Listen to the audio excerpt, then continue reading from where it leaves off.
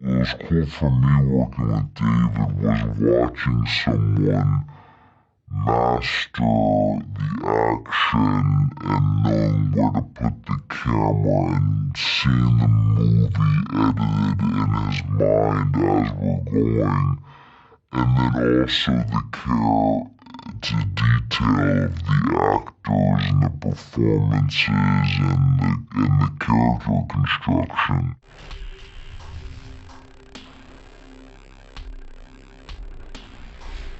Yo, Josh, this movie hits, man. You guys started 2024 off with a bang.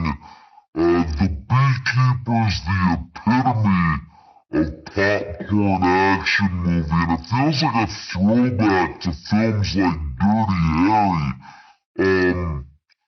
This role is very different than anything you've done before, and you played Derek brilliantly.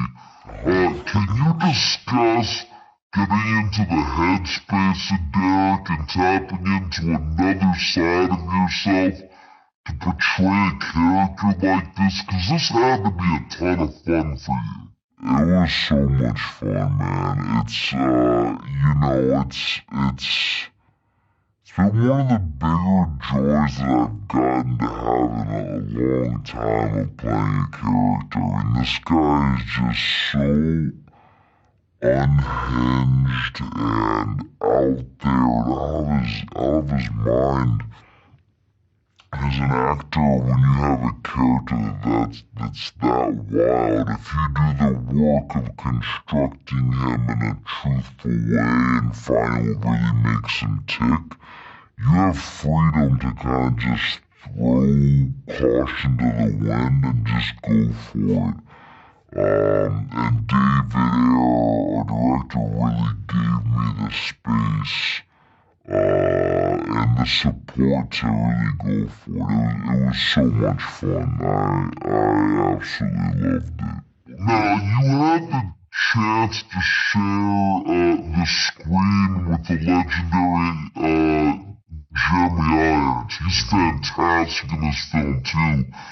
Can you talk about Derek's relationship with Jeremy's character, Wallace Westwild, and your experience working with Jeremy on The Beekeeper? Westwild is basically Derek's minion, right-hand man, kind of like Derek gets to boss him around and treats him like trash the entire time, and makes him do his dirty work. And for me, like, going into it, knowing that I was gonna be treating Jeremy Irons that way was really exciting, to take an actor that's so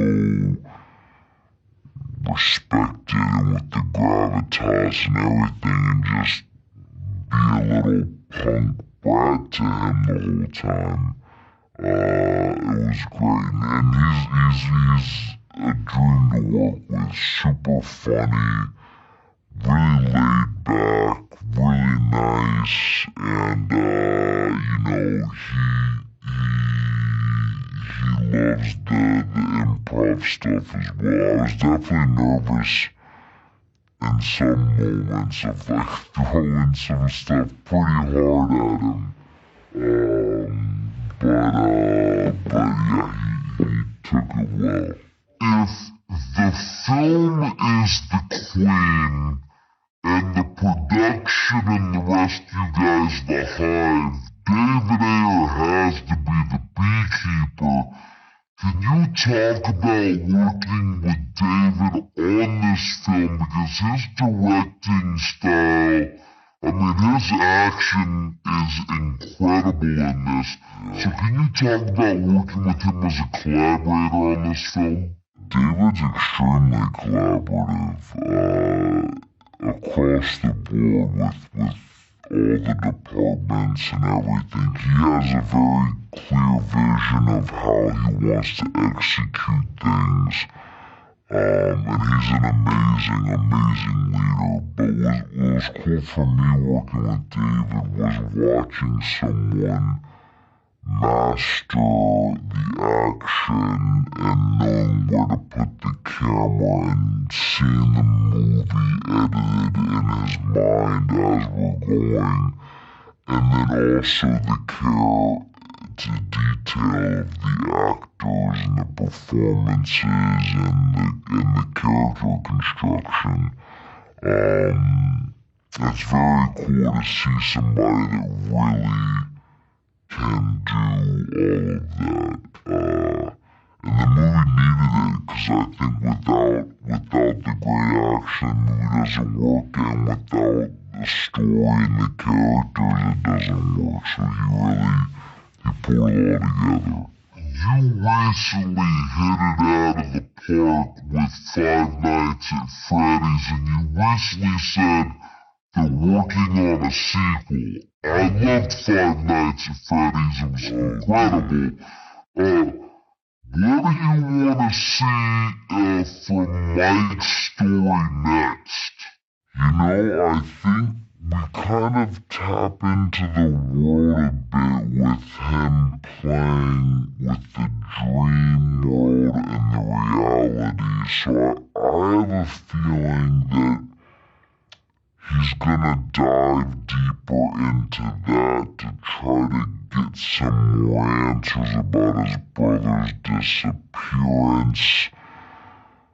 Maybe even try to find a way to leap between the dream world and the reality world. I feel like that could be a place it goes to, but honestly, the lore of the games are so dense and there's so much material there that they can take this thing a million different directions. I think that's what they're trying to figure out now is, they have so many potential doorways to walk through, and I think they're kind of figuring all that stuff out right now. The Ballad of Songbird and Snakes has reawakened this love of Hunger Games and the franchise.